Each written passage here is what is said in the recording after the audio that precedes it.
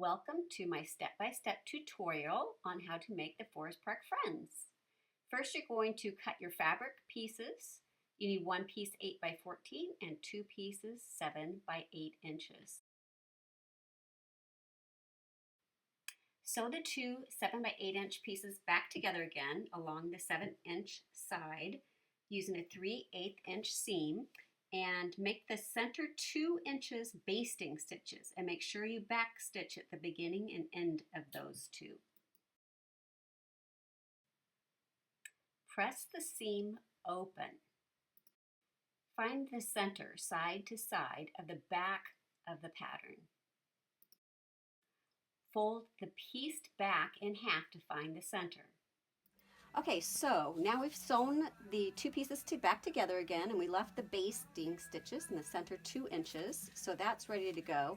Before we iron our main pattern on, let's iron one of the test images on. These are included with each pattern. So first, like we did with this one, we're going to heat the fabric because it takes the transfer much better that way. And you need an extremely hot iron. This little guy gets very hot. My older big iron doesn't get quite hot enough, so it takes a long time to transfer. Once we get this where we want it, we're going to pin it in place. I just find that helps because we don't want it to move around at all. And then we're going to iron it, just slow motion. I've seen people who just hold it in place. I've seen people who move it around. Just kind of do whatever feels good to you. You just don't want the paper to move from the fabric. And then after a little bit, we're going to peek a corner up. Oh, looky there. Beautiful. Okay, so now that that's good, we're going to move over here. This is Chester's back. So we've lined up this seam line with the actual seam line on the fabric. We've preheated the fabric, which is probably cooled a little by now. And we're going to pin this one the same way. Now let's get Chester on there.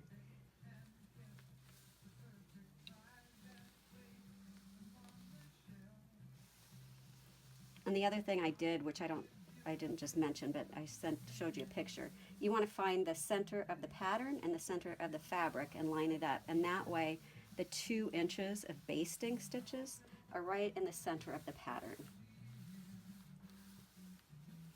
Now, the more you iron, the darker the lines are going to be, and the fewer times you can reuse the pattern.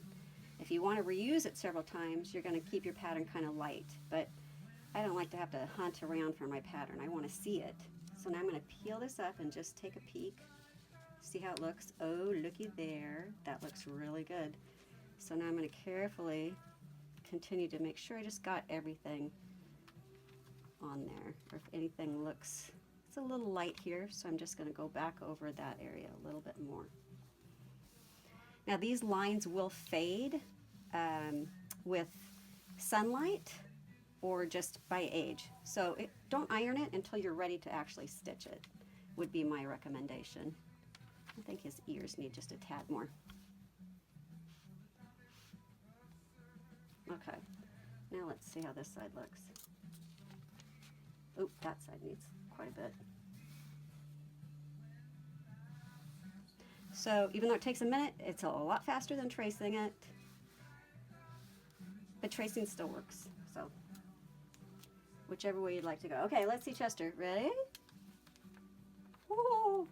So Chester's ready to sew, and that's just what we wanted. We wanted, if you follow the directions, it says to put that seam line should be right below the bottom of his jacket. Because what you're going to do is when you're stitching that seam line right there with your embroidery stitches, you don't want it to cross over into your basting stitches. And that's why we press the seam open too, was so that when you're stitching, you're only going on this side. So when it comes time to turn him right side out through that opening, you don't have any embroidery stitches crossing over that. I hope that makes sense. Use one strand of Aldani 12 weight pearl cotton in very small stitches. Be very careful not to stitch across that 2-inch section of basting. Press your finished embroidery piece. And notice how no stitches have crossed that basting area. Now it is time to cut them out. So just cut out along the outline. Now you're going to match up the front and the back, right sides together, and pin them together.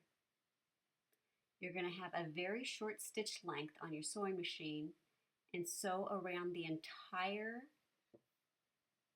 animal using a 1/4 inch seam allowance. Then clip away the excess fabric and clip the curves. Carefully take out the basting stitches in the back and open up through the hole and turn it right side out.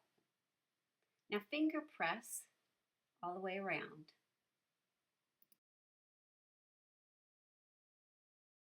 Now it's time to stuff our little friend, and you want to use a small amount of stuffing at a time. Get it into all the little nooks and crannies. And now it's time to stitch her shut, or him actually.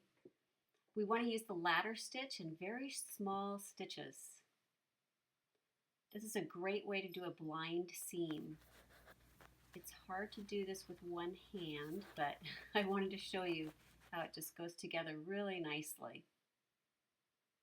To sew the trim on, you want to leave about a 1-inch tail and the matching thread color, and you're going to whip stitch over the trim, which is just chenille yarn, and take about 1/4 inch stitch lengths. Then you want to overlap the ends and whip stitch across both of those ends and secure them in place. If you have anything sticking out, you can cut it off. And here is Chester, all finished up.